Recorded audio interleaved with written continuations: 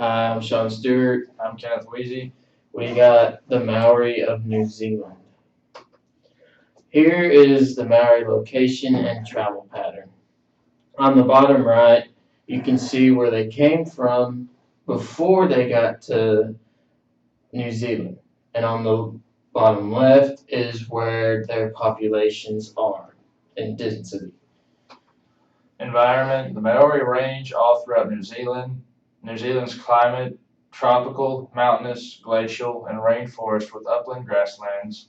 New Zealand's seasons are opposite from the US, which means summer for them is December through January and so on. Here we have pictures of the different climate and environments throughout New Zealand.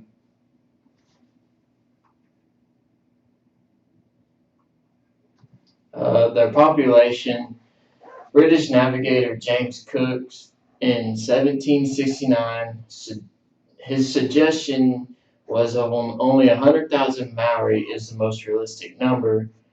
It would have had a higher population from him if they had arrived in 1250 to 1300 AD. In a 2013 census, there were approximately 600,000 people in New Zealand identifying themselves as the Maori, making up roughly 15% of the national population. They are the second largest ethnic group in New Zealand after European New Zealanders Pake. Culture: the language of the Maori is the Maori language, but today most of them speak fluent English. However, the New Zealand government has provided funding and programs to bring back the Maori language. As a result, there is now more awareness of their culture by young Maori. Here we have some cultural concepts. Mana is power, prestige, or authority. Tapu is sacred, untouchable, or under spiritual religious protection. Ake is cooking fires, continued occupation of an area of land. Wange, open adoption of children. Utu, reciprocity or balanced exchange. The classic Maori viewed disease as a punishment for breaking a taboo, but the witch doctors recognized that some families were prone to disease. Eating shellfish such as mussels and oysters was very common. Kawahi were caught using bone hooks, two-piece lures, or large flax nets. In creeks and lakes, eels were caught in large numbers during their migration. The standard buildings in a classic Maori settlement was a simple hut with a low roof, an earth floor, no windows, and a single low doorway. Because of the small numbers who visited in the 18th and 19th centuries, the core values were altered little. The Maori showed great ability to accept change brought by advanced culture. And here we have a little video.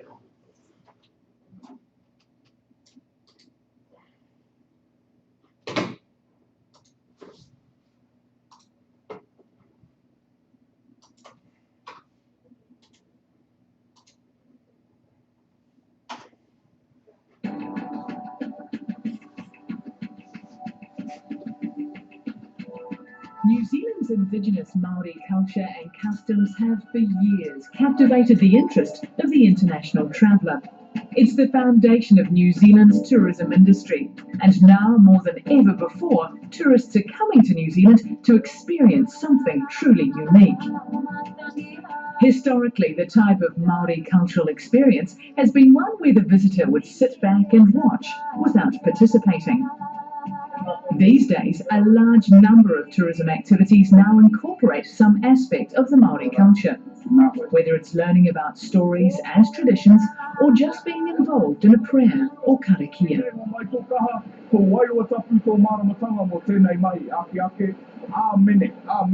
A lot of our clientele want to get right in depth with our karakia. They email back and want to know the words. They want to have a greater understanding to find out why we do this. It's a huge part of our product. Rotorua is the centre of a huge variety of Maori cultural experiences. It's where the country's first visitor guides escorted sightseers around the natural wonders of the region. Today, it's a highlight on any Maori cultural itinerary. Well, this is where tourism first started, Rotorua. So we know all about tourism. We've been in it for 150 odd years. Today, what I've noticed is that the visitor is far more discerning, far more sophisticated. You have people who are intellectual seekers, looking to seek knowledge, different knowledge to add to the plethora of knowledge of their own. Others are looking to be treasure hunters, looking for that little treasure item they can take away with them that's special. Maori cultural experiences are available throughout the country, and more than 1 in 5 visitors to New Zealand gets to experience some form of the indigenous culture during their stay.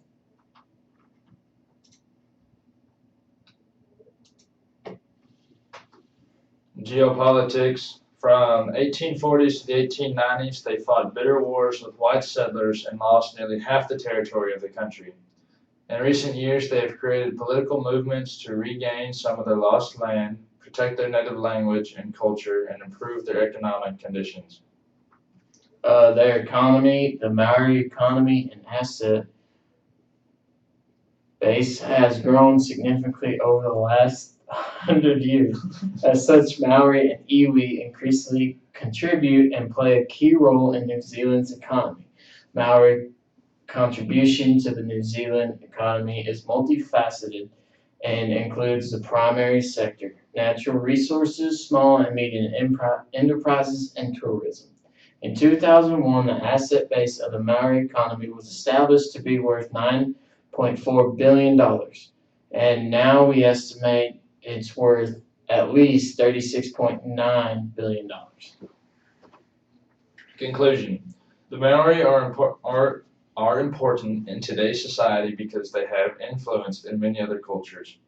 They are also one of the few native populations in history to be willing to accept new beliefs.